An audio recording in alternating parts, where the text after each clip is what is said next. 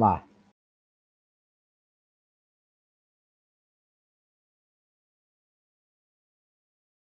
ତୁମର ଶ୍ରଦ୍ଧା, ତୁମର ଆନ୍ତରିକତା ଓ ସମର୍ପଣ ଯେତେ ପୂର୍ଣ୍ଣତର ହେବ, ମାଙ୍କର କରୁଣା ଓ ଅଭୟ ସେତେ ହିଁ ଘେରି ରହିବ। ଯଦି ମା ଭଗବତୀଙ୍କର କରୁଣା ଓ ଅଭୟ ତୁମ ସଙ୍ଗେ ରହିଛି, ତେବେ ଆଉ ଏପରି କଣ ଅଛି ଯାହା ତୁମକୁ ସ୍ପର୍ଶ କରିବ ବା ଆଉ କାହାକୁ ତୁମେ ଭୟ କରିବ? ଏହି କୃପାରୁ ଅଳ୍ପ ଟିକିଏ ବି ତୁମକୁ ସକଳ ବାଧା ବିପତ୍ତି ଓ ସଙ୍କଟରୁ ପାର କରିଦେବ। ତାଙ୍କର ପୂର୍ଣ୍ଣ ଉପସ୍ଥିତି ଯଦି ତୁମକୁ ଆବୃତ କରି ରଖେ, ତେବେ ନିରାପଦରେ ତୁମ ପଥରେ ତୁମେ ଚାଲି ଯାଇପାରିବ। କାରଣ ସେ ପଥ ହେଲା ମାଙ୍କର। ଏ ଜଗତରେ ହେଉ ବା ଅଦୃଶ୍ୟ ଜଗତ ସମୂହରେ ହେଉ, କୌଣସି ଶତ୍ରୁ ଶକ୍ତି ତାହା ଯେତେ ଶକ୍ତିଶାଳୀ ହେଉନା କାହିଁକି ତୁମକୁ ସ୍ପର୍ଶ କରିପାରିବ ନାହିଁ। କୌଣସି ବିଭୀଷିକା ତୁମ ଚିନ୍ତାର କାରଣ ହୋଇପାରିବ ନାହିଁ। ଏହି କରୁଣାର ସ୍ପର୍ଶରେ, ସଙ୍କଟ ସୁଯୋଗରେ, ବ୍ୟର୍ଥତା ସାର୍ଥକତାରେ, ଦୁର୍ବଳତା ଅମୋଘ ସାମର୍ଥ୍ୟରେ ପରିଣତ ହୁଏ। କାରଣ ଦିବ୍ୟ ଜନନୀଙ୍କର ଅନୁକମ୍ପା ହେଲା ପରମେଶ୍ୱରଙ୍କ ଅନୁମତି। ଏବେ ହେଉ ବା ପରେ ହେଉ, ତାହାର ଫଳ ସୁନିଶ୍ଚିତ, ପୂର୍ବ ନିର୍ଦ୍ଦିଷ୍ଟ, ଅବଶ୍ୟମ୍ଭାବୀ ଓ ଅନିବାର୍ଯ୍ୟ। ଆମେ ପଢୁଥିଲେ ଚିରନ୍ତନ ବହିର ସବୁ ଭୟରୁ ମୁକ୍ତ ହୁଅ ପୃଷ୍ଠା 113। ସେଥିରେ ଆମେ ଆଲୋଚନା କରିସାରିଛନ୍ତି ପାର୍ଟ 1 ରେ। ଆଜି ପାର୍ଟ 2 ଆମେ ଆଲୋଚନା ଏଟା କରୁଥିଲେ, when one feels frightened, what should one do? ଜଣେ ଯେତେବେଳେ ଭୟଭୀତ ହେଇଯାଇଛି ବା ଭୟଭୀତର ଅନୁଭବ କରୁଛି, ତାହେଲେ ସେତେବେଳେ ସେ କଣ କରିବା ଉଚିତ? ମା ସେତେବେଳେ ଉତ୍ତର ଦେଇଥିଲେ, ମା ଉତ୍ତର ଲେଖିଥିଲେ, ଆମେ ଆଲୋଚନା କରିଛନ୍ତି। ତଥାପି ଆଉ ଥରେ ଟିକେ ସେଉଠୁ ଆଲୋଚନା କରିବା। That depends upon who you are. There are many ways of curing oneself of fear. First କହିଲେ, if you have some contact with your psychic being, you must call it immediately and in the psychic light put things back in order. This is the most powerful way.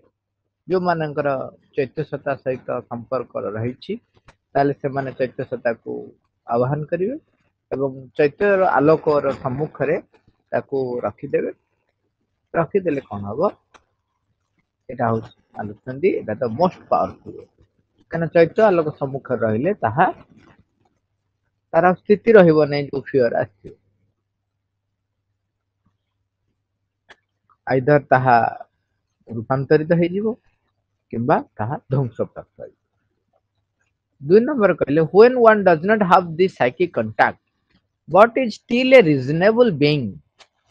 ଚୈତ୍ୟ ସହିତ ବା ଚୈତ୍ୟ ସତ୍ତା ସହିତ ତାଙ୍କର ସମ୍ପର୍କ ହେଇନାହିଁ, କିନ୍ତୁ ଜଣେ ଯୁକ୍ତି ବା ବୁଦ୍ଧିଯୁକ୍ତ ମନୁଷ୍ୟ, ଯୋଉମାନଙ୍କର କିଛି ଯୁକ୍ତି ବୁଦ୍ଧି ରହିଛି, ତାହେଲେ ସେମାନେ when one has a free movement of the reasoning mind, ଯୁକ୍ତି ସଙ୍ଗତ ବା ଯୁକ୍ତ ମନ ଯଦି ଯେତେବେଳେ ତାକୁ ସ୍ୱାଧୀନ ଭାବରେ ଗତିଶୀଳ ହଉଛି ବା କାମ କରୁଛି, ସେତେବେଳେ one can use it to reason with, to speak to oneself as one would to a child. ଆମେ ଯେମିତି ପିଲାଙ୍କୁ ବୁଝାନ୍ତି, ପିଲାଙ୍କୁ କହନ୍ତି ଏଇଟା ଦେଖ, ଏମିତି କଲେ ଏହା ହବ, ସେୟା ହବ, ତୁ ଜାଣିଛୁ ଏମିତି ନିଆଁରେ ହାତ ମାରିବୁନି, ନିଆଁରେ ହାତ ମାରିଲେ ତୋ ହାତଟା ଏମିତି ପୋଡିଯିବ, ପୋଡିଲେ କଷ୍ଟ ହବ। ଯେମିତି ଆମେ କହୁ, ସେମିତି ଯେତେବେଳେ ଯଦି ଜଣେ ରିଜନେବଲ ମାଇଣ୍ଡ ଥିବ, ତାହେଲେ ସେ ନିଜକୁ, ତାହେଲେ ଯୋଉ କାରଣରୁ ବା ଯୋଉ ଯୋଗୁ ସେ ଭୟଭୀତ ଅନୁଭବ କରୁଛି, ଡାଇରେକ୍ଟଲି ତାକୁ କହିବ କାହିଁକି ଭୟ କରୁଛୁ, ଏଇ ଜିନିଷ ଏୟା ହେଇଥାଇପାରେ, ସେୟା ହେଇଥାଇପାରେ। ଆମେ ଯେମିତି କଥା ହଉଥିଲେ, ସିଏ ଦୂରରୁ ଗୋଟେ ଛାଇ ଦେଖୁଛି, ସେ ଛାଇଟା ମୁଭ କରୁଛି ଏବଂ ଆମେ ଭାବୁଛେ ଏ ଭୂତ ସେଠି ଏପଟ ସେପଟ ହଉଛି। ସେଇଠି ରିଜନେବଲ ମାଇଣ୍ଡ କହିବ ସେଠି ଗଛ ଗୋଟେ ତ ଥିଲା, ସେ ଗଛର ଡାଳ ବୋଧେ ସେଟା ହେଇଥିବ, ଲେଟ୍ ଲାଇଟ୍ ନେଇଯିବ, ଟର୍ଚ ମାର, କଣ କର। ତେଣୁ ରିଜନେବଲ ମାଇଣ୍ଡ ତାକୁ ସେତେବେଳେ ତାକୁ ନିଜକୁ ବୁଝେଇବ ଯେ ତୁ କାହିଁ ଭାବୁ ସେଟା ଭୂତ, ସେଟା ଗଛର ଛାଇ ହେଇଥାଇପାରେ, ଗଛଟା ସେଠୁ ଏଟା ଗୋଟେ ନଡିଆ ଗଛ ପତ୍ର।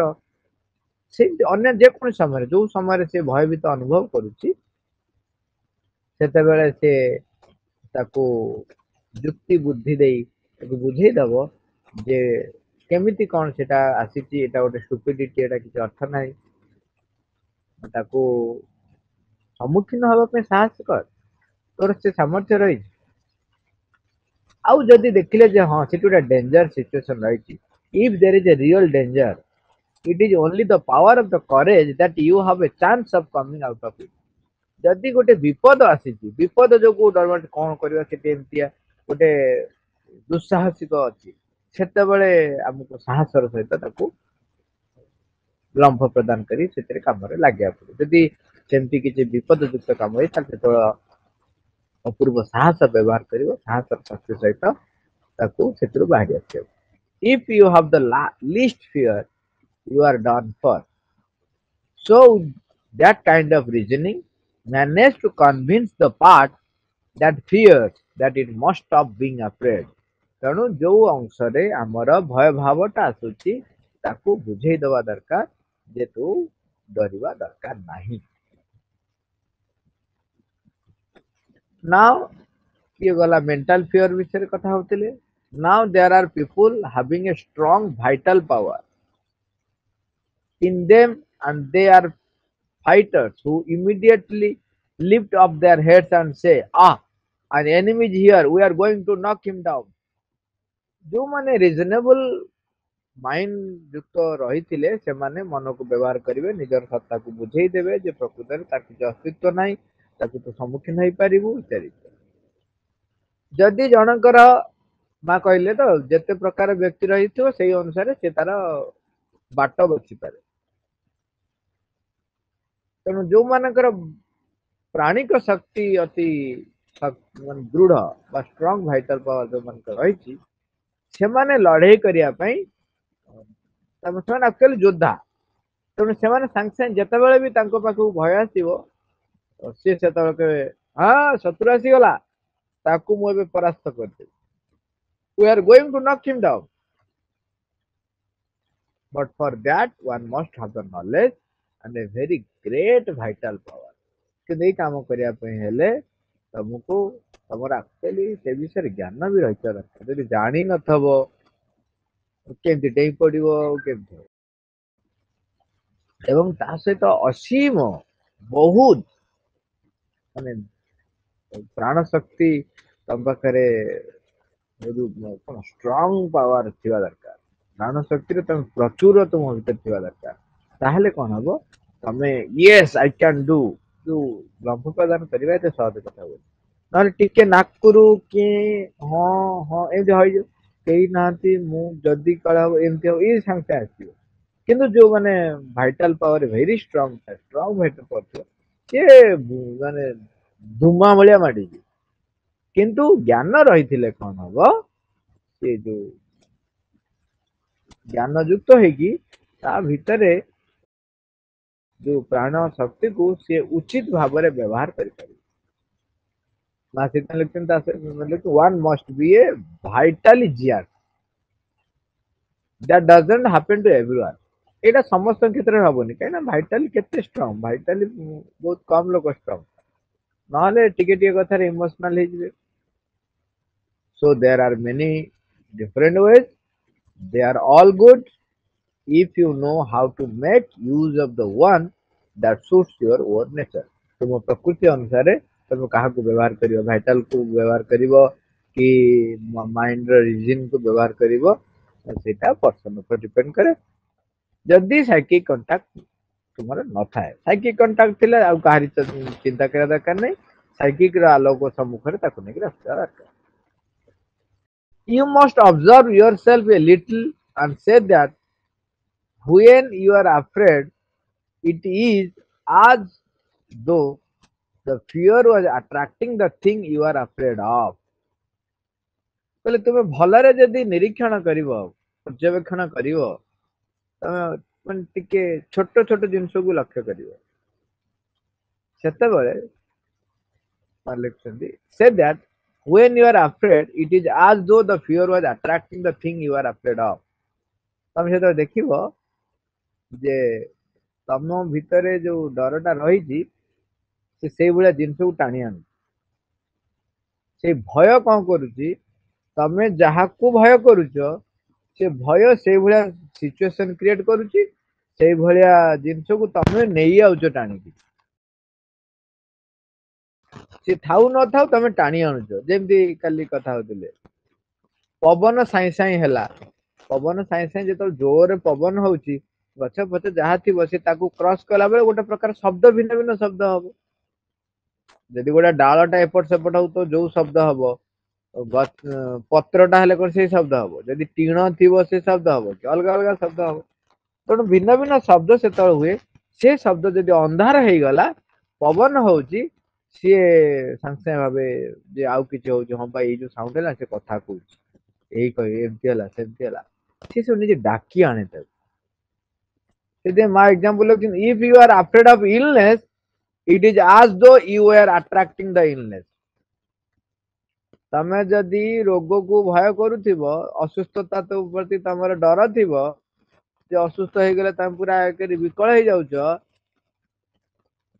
ତମେ କହିବ କାଳେ, ଯେମିତି କହନ୍ତିନି ଗୋଟେ ବଢିଆ ମଜା କଥା କହନ୍ତି, ବର୍ଷାରେ ଓଦା ହଉଛୁ, ହଉତା ହଉତା, ଜର ହବ ଯେ, ହଁ ହବ, ତମ ଭିତରେ ପଶିଗଲା ସେଠି ଜର, ହଁ ବର୍ଷାରେ ମୁଁ ଆଜି ଓଦା ହେଇଛି, ମୋ ଜର ହବ। ଆଉ ତମେ ଯୋଉ ଜର ହବ ବୋଲି ଡରିଲ, it is as though you are attracting the illness. ତମେ କଣ କଲ, ସେଇ ଅସୁସ୍ଥତାକୁ ଡାକି ଆଣିଲ, ଆବାହନ କରିକି ଡାକି ଆଣିଲା ବାଲା ଟାଣି ଆଣିଲ। ତମେ ଯଦି କହିଲ ହଁ ମୁଁ ଆଜି ତ ବର୍ଷାରେ ଓଦା ହେଇଛି, ଆଉ ମତେ ଆଜି ଜର ହବ, ଆଉ ଜର ହବ। If you are afraid of an accident, it is as though you are attracting the accident. ଏଇଠି ଗୋଟେ କଥା କହିବି, ଏ ଯୋଉ ଆମର ତଳେ ନିଆଁର ଅଙ୍ଗାର ପଡିଥିବ ତା ଉପରେ ଚାଲିବା, ନର୍ମାଲି ଯଦି ତମେ ଚାଲିବ, ଆମ ଭିତରେ ସାଙ୍ଗେ ସାଙ୍ଗେ ଗୋଟେ ଭାବ ଆସେ, ଇଲୋ ମା ନିଆଁ ଉପରେ ଚାଲିବ ତ ଫୋଟକା ହେଇଯିବ। ଆଉ ମଝିରେ ଗୋଟେ ଗ୍ରୁପ ସେ ଅଫିସ ବୁଲିକିରି ତାଙ୍କୁ ସବୁ ମୋଟିଭେଟ କରିକିରି ନିଆଁ ଉପରେ ଚଲଉଥିଲେ, କହିଲେ ଦେଖ ତମେ ଖାଲି ପାଦରେ ଚାଲିବା ଦରକାର, କିଛି ଦରକାର ନାହିଁ। ଲୋକ ବେଳେ ଭାବନ୍ତି ପାଦରେ ବୋଧେ କଣ ଲଗେଇ ଦେଇଥିବ, ତେଣୁ କିଛି ହଉନଥିବ। ସେ କହିଲେ ନାଇଁ ନାଇଁ ଆଜ୍ଞା, ଖାଲି ପାଦରେ ଆପଣ ଚାଲିବେ। ଲୋକଙ୍କୁ ଖାଲି ପାଦରେ ସେମାନେ ଅଫିସ ବୁଲି ତାଙ୍କୁ ମୋଟିଭେଟ କରି ନିଆଁ ଉପରେ ଖାଲି ପାଦରେ ଚଲେଇଲେ। ଯୋଉମାନେ ଡରିଲେ ସେମାନେ ଚାଲିଲେ ନାହିଁ, ଏବଂ ତାଙ୍କ ପରେ ଚାଲି ସାରିବା ପରେ ତାଙ୍କ ଗୋଡରେ ଫୋଟକା ହେଇନି, କିଛି ହେଇନି। ଜଣେ ବ୍ୟକ୍ତି କହୁଥିଲେ, ସେ କହିଲେ ଏଇଟା ପ୍ରାକ୍ଟିକାଲି କଥା, ଆଶ୍ରମରେ ସେ ଜଣେ ସାଧକ କହୁଥିଲେ, କହିଲେ ସିଏ ଏମିତି ଗୋଟେ ଜାଗାରେ ତାଙ୍କୁ କୁହା ହେଲା ଯେ ତମେ ନିଆଁ ଉପରେ ଚାଲ, କିଛି ହବନି, ତାଙ୍କୁ ମୋଟିଭେଟ କରି, ଏବଂ ସେ ନିଆଁ ଉପରେ ଚାଲିଲେ, ଏବଂ ସତସତିକା ନିଆଁ ଉପରେ ଯେତେ ଚାଲିକି ଗଲେ, ତାପରେ ତାଙ୍କ ଗୋଡରେ ଫୋଟକା କିଛି ହେଲାନି। 2 ଦିନ ପରେ ସେ ହଠାତ୍ ଦିନେ ବସି ତାଙ୍କର ମନେ ପଡିଲା, ଆରେ ମୁଁ ନିଆଁ ଉପରେ ଚାଲିଥିଲି, ମୋ ଗୋଡରେ ତ ଫୋଟକା କିଛି ହେଲାନି। ତ ଗୋଡକୁ ଅନେଇ କହୁଛନ୍ତି, ଆରେ ଫୋଟକା ତ ହବା କଥା, ନିଆଁ ଉପରେ ଚାଲିଲେ କେମିତି ଗୋଡରେ ଫୋଟକା ହବନି, ହବା କଥା। ସିଏ ଯୋଉ ତାକୁ ଭାବିକିରି ଡାକି ଆଣିଲା ଭଳିଆ ଡାକିଲେ, ଆଉ ଇରେ ଭାଇ, ତାପରେ ଦେଖିଲା ବେଳକୁ କିଛି ସମୟ ପରେ ତାଙ୍କ ଗୋଡରେ ଧୀରେ ଧୀରେ ଗୋଟେ ଗୋଟେ ଫୋଟକା ବାହାରି ଆରମ୍ଭ ହେଲା। ତେଣୁ ଯେତେବେଳେ ଆମେ ଯେକୌଣସି ଜିନିଷକୁ ଡରୁଛୁ, ସେଇ ଜିନିଷଟି ଘଟିବା ପାଇଁ ଆମେ ତାକୁ ଡାକି ଆଣୁଛୁ। Actually we are attracting that thing. illness ହେଇପାରେ, accident ହେଇପାରେ, ଏମିତି ଅନ୍ୟାନ୍ୟ ଜିନିଷ। and if you look into yourself and around yourself a little, ତମେ ଯଦି ତୁମ ଚାରିପଟେ ତୁମ ଭିତରକୁ ଟିକେ ଦେଖିବ, ଗଭୀର ଅନ୍ତର ଭିତରକୁ ଦେଖିବ ଏବଂ ଚତୁର୍ଦିଗକୁ ଟିକେ ଦେଖିବ, you will find it out, it is a persistent fact. So if you have just a little common sense, you say, ଯଦି ତମେ ତୁମ ଭିତରେ ଟିକେ ବି ସାଧାରଣ ଜ୍ଞାନ ଅଛି, ତାହେଲେ ତୁମେ କୁହ, it is stupid to be afraid of anything. ଡରିବାର କିଛି କାରଣ ନାହିଁ, ଏଇଟା ହଉଛି ମୂର୍ଖାମି ଡରିବା କଥା। For it is precisely as though I were making a sign to that thing to come to me. ତମେ ଯଦି ଡରୁଛ, ତାର ପରିଣାମ ହଉଛି ମୁଁ ଯେମିତି ସାଇନ କରିଦେଲି, ମାନେ ହସ୍ତାକ୍ଷର ସିଗ୍ନେଚର କରିଦେଲି ତଳେ, ଯେ ସେଇ ଜିନିଷଟା ମୋ ଜୀବନରେ ଘଟୁ। I were making a sign to that thing to come to me. ତେଣୁ ତମେ ସେଭଳି କର ନାହିଁ। If I had an enemy who wanted to kill me, I won't go and tell him, you know, it's me you want to kill. It is something like that. ବଢିଆ କଥାଟା ଏଇଟା ବୋଲେ କହିଲେ ମନେ କରାଯାଉ ତମକୁ କିଏ ଜଣ ହତ୍ୟା କରିବାକୁ ଆସିଛି ହତ୍ୟା କରିବ ବୋଲି ଚିନ୍ତା କରିଛି ତମର ଜଣେ ଶତ୍ରୁ ଅଛି ସେ ତମକୁ ହତ୍ୟା କରିବ ସେ ଚାହୁଁଛି ତମକୁ ହତ୍ୟା କରିବାକୁ ତମେ କଣ ଯାଇ ତା ପାଖରେ ଯାଇ ପହଞ୍ଚିବ ଏଇ ତୁ ଯାହାକୁ ଖୋଜୁଛୁ ମାରିବା ପାଇଁ ମୁଁ ହଉଛି ମାର ମାର କହିବ ଇଏ ସେଇଭଳିଆ କଥା ତମେ ବେଳେ ବେଳେ ଡାକି ଆଣ ଆ ଆ ବଳନ୍ଦ ମୋତେ ବିନ୍ ଯେମିତି କହନ୍ତିନି ସେମିତି ତମେ କଣ କର ଆମେ ଡରକୁ ଡାକି ଆଣୁ ଯେକୌଣସି ଜିନିଷ ବିଷୟରେ ଆମେ ଡରୁଛୁ ତେଣୁ ସେଇ ପ୍ରକାରର ଘଟଣା ସେଇ ପ୍ରକାରର ବିପଦ ଆମ ଜୀବନରେ ଆସିବା ପାଇଁ ଆମେ ବାଟ ପରିଷ୍କାର କରିଦଉଛୁ so since fear is bad we won't have it ଯେହେତୁ ଭୟ ହଉଛି କୋଉଟା ଖରାପ ଗୁଣ ତେଣୁ ସେଟା ଆମ ଭିତରେ ରହିବା କଥା ନୁହଁ and if you say you are unable to prevent it by your reason well that shows you have no control over yourself ଯଦି ତୁମେ ତୁମର ଯୁକ୍ତି ବୁଦ୍ଧିକୁ ବ୍ୟବହାର କରି ତାଠାରୁ ଦୂରେଇ ନ ଯାଇ ପାରୁଛ ତା ମାନେ ତମେ ଜାଣି ରଖ ତୁମ ଉପରେ ତୁମର ନିୟନ୍ତ୍ରଣ ନାହିଁ and must make a little effort to control yourself ତୁମର ନିଜ ଉପରେ ବହୁତ କମ ନିୟନ୍ତ୍ରଣ ରହିଛି that is all but first of all you must know that fear is a very bad thing very bad it is a dissolvent it is like an acid କହୁଛନ୍ତି ତମେ ପ୍ରଥମେ ଜାଣିବା ଉଚିତ you must know should know no you must know ତମେ ଜାଣି ରଖ ଯେ ଭୟ ହଉଛି ଗୋଟେ ଅତି ଖରାପ ଜିନିଷ very bad thing very bad it is a dissolvent it is like an acid ଏଟା ଗୋଟେ acid ଭଳିଆ ଯେ ପୋଡ଼ି ଦବ ସବୁ if you put a drop of it on something ତମେ ଯଦି ତାର ଗୋଟାଏ ବି ଟୋପା ବିନ୍ଦାଟିଏ କୋଉଠି ବି ପକେଇଦବ it eats into the substance ସେ ଜିନିଷକୁ ଖାଇକି ନଷ୍ଟ କରିଦବ ଏସିଡ୍ ଭଳିଆ ତେଣୁ ଭୟକୁ ନିଜ ଭିତରୁ ଆସିବାକୁ ଦିଅ ନାହିଁ the first step is not to admit the possibility of fear yes that's the first step ମାଲୁକ ପ୍ରଥମ ପଦକ୍ଷେପ ହଉଛି ଯେ ଭୟର ସମ୍ଭାବନାକୁ କେବେ ବି ସ୍ୱୀକାର କରିବ ନାହିଁ ସ୍ୱୀକାର କରିବନି ହଁ ଏହା ହବ ଏମିତି ହେଇପାରେ ଜମାରୁ ନୁହଁ କେବେ ବି ନୁହଁ ମାଲୁକ yes that's the first step however when once you recognize that fear is neither good nor favorable nor noble nor worthy of a consciousness a little enlightened you begin to fight against it ଯଦି ତୁମେ recognise କରିପାରିଲ ଜାଣିପାରିଲ ଯେ ଭୟର କୌଣସି roll ନାହିଁ ମୋ ଜୀବନରେ ସେଟା ଭଲ ନୁହଁ କିମ୍ବା ମୋ ପାଇଁ ଉପଯୁକ୍ତି ନୁହଁ ଭାରି ମତେ ନମ୍ର କରିବ ନାହିଁ ଏଟା worthy ନୁହଁ ଯଦି ମୋ ଚେତନାର ଅଗ୍ରଗତି ପାଇଁ ଆର କୌଣସି ସ୍ଥାନ ନାହିଁ ବୋଲି ଯଦି ମୁଁ ରେକଗ୍ନାଇଜ କରିପାରିଲି ତାହେଲେ ତୁମେ ତା ସହିତ ଯୁଦ୍ଧ କରିବା ପାଇଁ ପ୍ରସ୍ତୁତ ହେଇଗଲ you begin to fight against it